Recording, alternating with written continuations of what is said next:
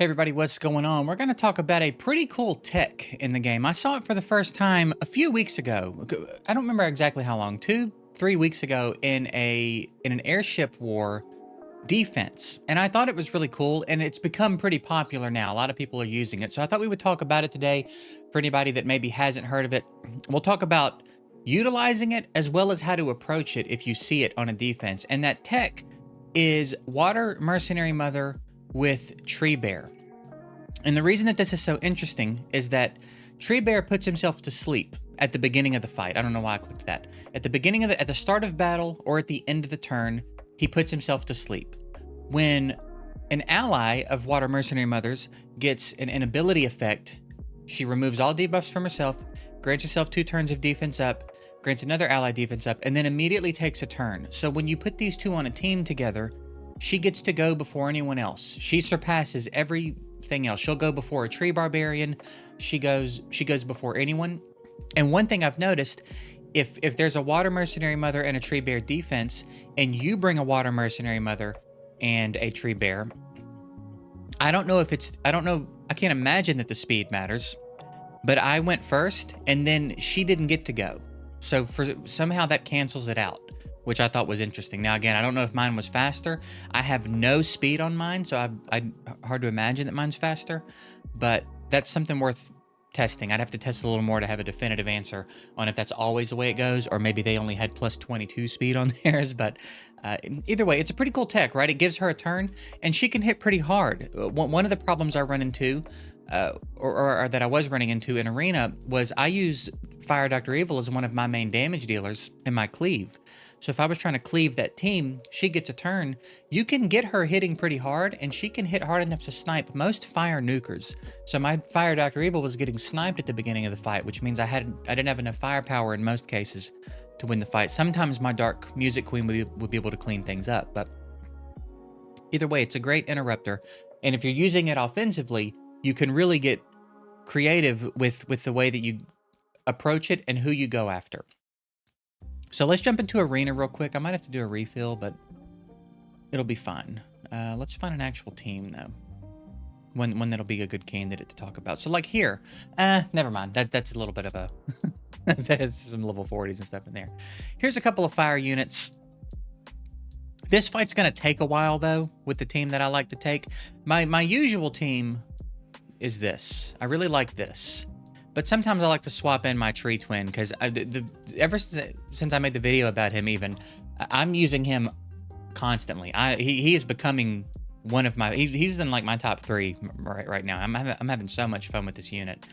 I bring him a lot too, but still not exactly what we're talking about. I'd love to find one where I could just snipe. If he's not on Zeal, this could be an interesting way to showcase it. So here, let's just bring in my normal team.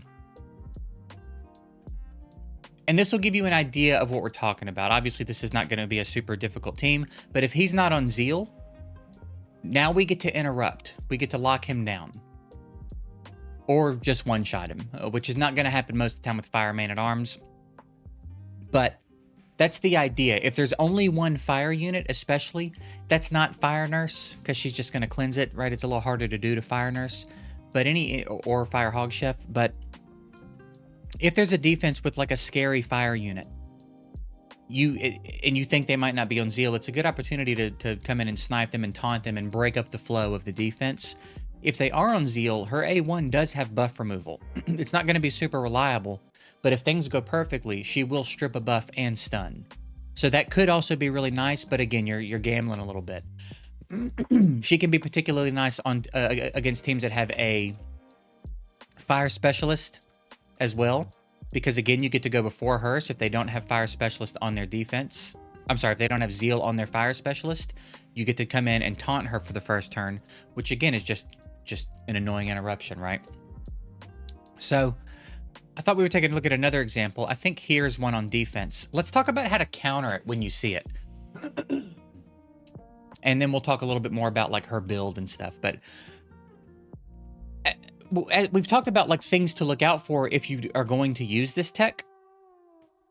And some things to keep in mind if you want to use it offensively is that it is a bruiser comp. It is the setup for a bruiser comp. There's probably a way to work a cleave into it. depending on what units you've got.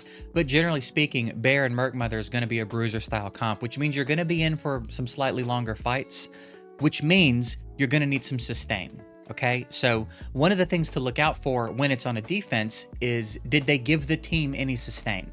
In this case, they did. They gave the team a tree specialist who will keep the team alive. If there's no sustain, if you come in with enough, it's not too hard to counter. It's kind of annoying, but like, especially if you've got Fire Nurse, and if you don't have Fire Nurse, we've talked about Fire Hog Chef in the past. She's also very viable to stand in for Fire Nurse, especially in an instance like this. Merc Mother's probably not going to one-shot her, and if she taunts her or stuns her, she's just going to cleanse it at the beginning of her turn anyway. So it might as well not have happened at all, right? She's going to heal herself back up. It's going to be fine. So a fire unit, a tanky fire unit on Zeal is pretty much the answer to this. If you have that on your team, then you can sort of build the rest of the team around it. So we'll go in and go after this. Now, in this case, we've got Merc Mother, Tree Bear, and some good support. Now, I have a unit that is going to steal a lot of defense from her. She's probably going to have a lot of defense. So I get to steal a lot of defense from her. I get to destroy max HP on this unit to remove any threat. So I'm pulling away her damage, and I'm pulling away his damage. And then it's going to be a matter of time. It's going to take me a little while because she's pretty good support. She's going to be shielding. She's got immunity.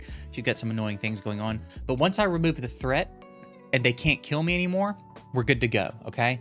I don't know if I even need to do it. I guess we will, but I'll jump in and do this first fight real quick. And then when we get to the second round, we'll pick back up and talk about how we're going to deal with the team in live time. All right, we're back. So we've got, again, she took her turn. She went after Fire Nurse because she has to, basically. There's no debuffs up that are going to change the way the AI works at the beginning of the fight. So she's going to target the fire unit. If you've got more than one fire unit, she'll get to pick.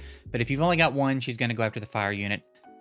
There's no world where she one-shots my Fire Nurse, and my Fire Nurse is on Zeal, so she can't catch a debuff anyway. But again, even if she could, she cleanses it at the beginning of her turn. It's not that big of a deal. So now what we do, in my specific situation, using Tree Twin, is I just want to keep facilitating him getting turns. Because I want to keep hitting her. I want to hit her, especially while she's got a defense buff up. Because she's got more defense for me to take away, right? I get to add more to my own defense. So I'm not even too bothered about whether or not she gets a turn. Because all I'm trying to do right now is steal defense. I don't care about doing damage to anybody. So I'll just hit somebody, doesn't really matter. I'll go ahead and get our foresights up. I will hit her. I don't want to put a defense down on her because I want to steal defense from her, right? Actually stole the invincibility, which is pretty handy. I'm just going to fill him up, give him another turn. And again, we're just removing her threat. Even though she's not a huge threat right now, we're still going to absorb defense from her because she's where we're going to get all our stats from. I'll go ahead and A3 her now. You see we did a pretty substantial amount of damage there. And then in a minute, we'll pivot over to the Tree Bear with Corrupt. I know it's annoying to try to get a good Corrupt set,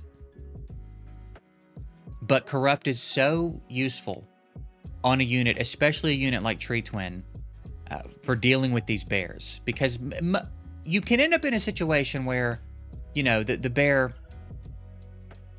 counterattacks you, defense downs you, does a big AoE, and snipes somebody. That can happen, right? So you have to be kind of careful about it.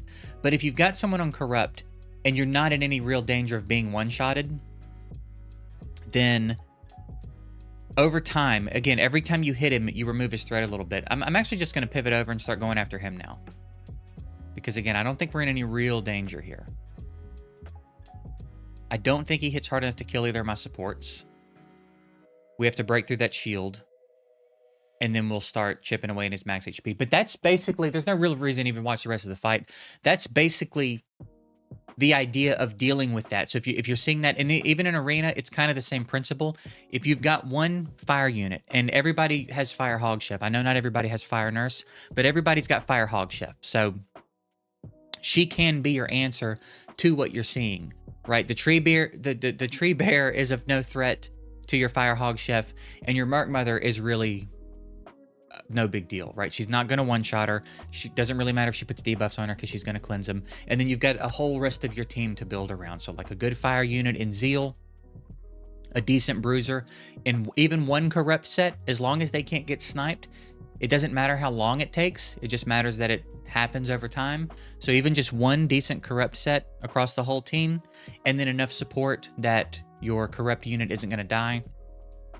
That's one good way to deal with it, right? Another way is ignore defense. Somebody in a Zeal set that's fire, and then, you know, dome fighters, for example. You have to be careful trying to do it with tree dome, because I don't know if tree dome is going to have that much defense, because tree dome has to have, I can't remember if it's exactly like copper. If the target's defense is lower than half your defense. So probably not her, but you know, I think Tree Clockwork ignores defense. A lot of the Clockworks ignore defense. They're viable options. Water Annihilator ignores defense. You know, you can come in here and go, ignore defense, and see everybody in the game that ignores defense, right? You've got several options for dealing with that. But the real key to dealing with the Merc Mother Tree Bear combo is a tanky fire unit in Zeal. That's kind of the answer to that. And then depending on what the rest of the team has is what you'll build around. Now, as far as the build for Merc Mother, if we want to take a quick look at her, some other interesting stuff about her kit is that she increases her crit damage based on her resistance, which I think is that's a very interesting like weapon to give her. Because as you get into the higher levels of PvP, you'll start to realize how important resistance is. I don't know if everybody watching this has experienced getting locked out by a max resist water robot in Guild War or something to that effect. But if you can't land a debuff, you're in trouble a lot of the time. So resistance is very, very useful. And the fact that she's increasing her crit damage, look how much crit damage she's got. That's a lot of damn damage, dude. And it enables you to get a little bit more creative about the way that you build her. I've gone defense slot 4 rather than crit damage, right? And I've just found a lot of crit damage in my substats. It allowed me to go defense to stack her up, which again, if you're not ignoring defense, makes her a lot harder to kill, makes her hit a lot harder. And then again, the resistance, it's pretty hard to land a debuff on her. It still happens sometimes, but she resists most of what gets thrown at her. And then if you can manage it, sneak a little accuracy on her, because it is nice to be able to land her debuffs. It's not super important depending on how you're using her, but if you can land this taunt fairly reliably on the units that you want to land it on, obviously you're not going to land it on a Fire Nurse most of the time. Most people are building their Fire Nurse or their Light Bookworm or whatever the supports are with more resistance than that. But if you can get good accuracy on her without sacrificing too much of the other stuff, I think you'll be in good shape. Because, you know, my Fire Dr. Evil, for example, he, for some weird reason, has 39 resistance. That's more than I think he should have.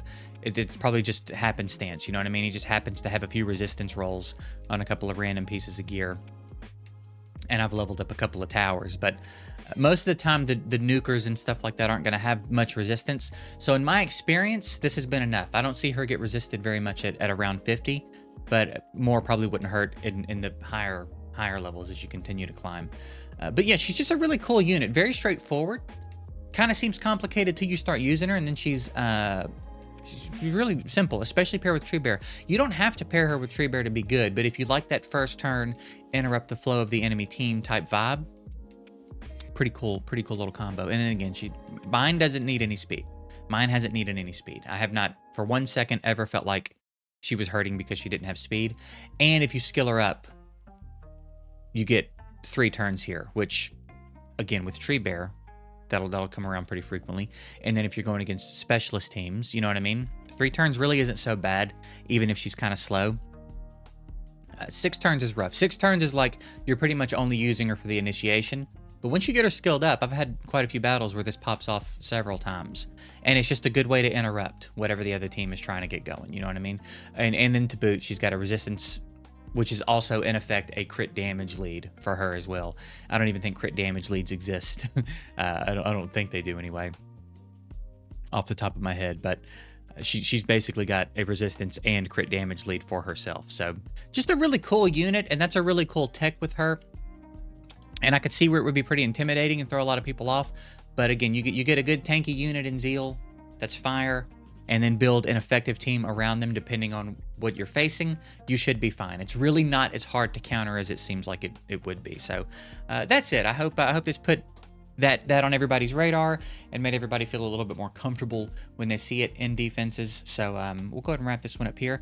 If you have any other cool techs like that, any cool combos you've been using where particularly units' passives kind of complement one another, let me know in the comments and we'll take a look at them and maybe do some more videos on them. I think there's a couple of there's a couple of them floating around, but I'm sure there's some stuff that isn't super well known yet. So let me know if you got anything interesting that you think would make a good video, and we'll take a look at the comments and see what happens. But that's it. I'm gonna get out of here. Hope it was helpful.